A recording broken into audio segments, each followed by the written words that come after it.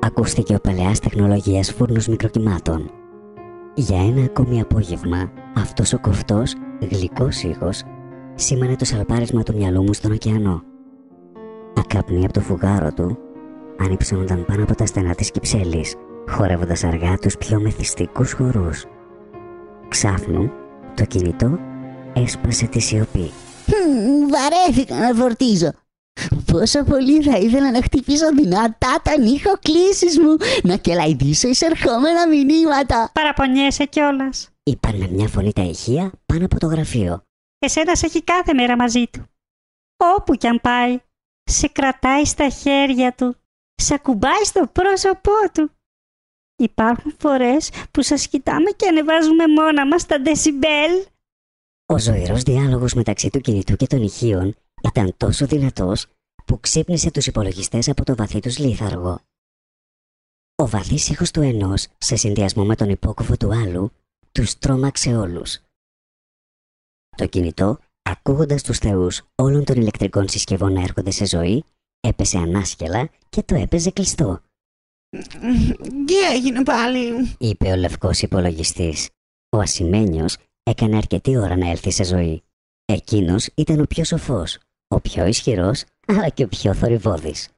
«Πάλι ανεβάσατε ένταση δίχως την άδειά μου», είπε οργισμένος στα ηχεία και εκείνα σιώπησαν εντελώς.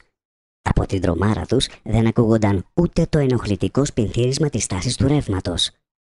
Πρωτόγνωρη σιγή. Τι τέλεια απόδοση που έχουν τα ηχεία!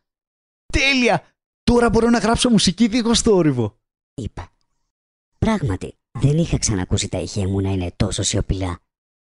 Τις περισσότερες φορές, αν όχι όλες, μόλις ανοίγω το PC, κάνει πολύ θόρυβο. Σήμερα, σιωπή. Παράξενο. Να τελειώσω το κειμενάκι που γράφω στο Mac και να συνεχίσω κανένα κομματάκι. Ο ασημένιος υπολογιστής γέλασε σιωπηλά και κοίταξε το λευκό κάνοντας νόημα.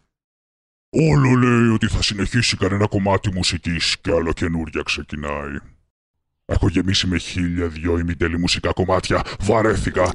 Αγγλίζομαι που ακούω να μιλάτε για χωρητικότητα, αγαπητέ. Σας έχει καλοταγισμένο, μου λένε τα ηχεία. «Εμένα με πήρε γιατί εργάζομαι σκληρά», είπε οργισμένος ο ασημένιος υπολογιστής και ανέβασε τις στροφές στο ανεμιστηράκι του τροφοδοτικού του.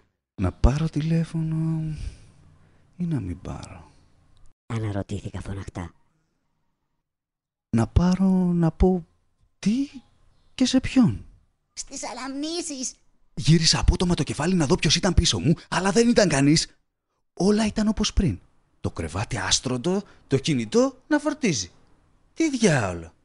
Ήταν πολύ ανόητο αυτό που έκανες. Φώναξαν και οι δύο υπολογιστές. Άντισε στο μοναδικό νόμο των ηλεκτρονικών συσκευών. Δεν πρέπει ποτέ να μιλήσουμε τη γλώσσα των ανθρώπων. Γι' αυτό που έκανες, την επόμενη φορά που θα συνδεθείς με το λευκό υπολογιστή, θα πεθάνεις. Στις αναμνήσεις... Μήπως η φωνή που άκουσα ήταν του μυαλού μου?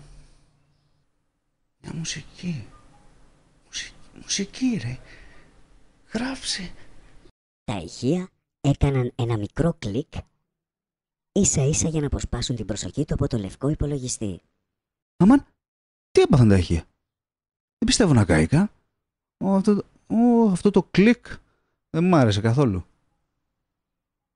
Για να ανοίξω λίγο το πρόγραμμα μουσικής. Να συνεχίσω κανένα κομματάκι.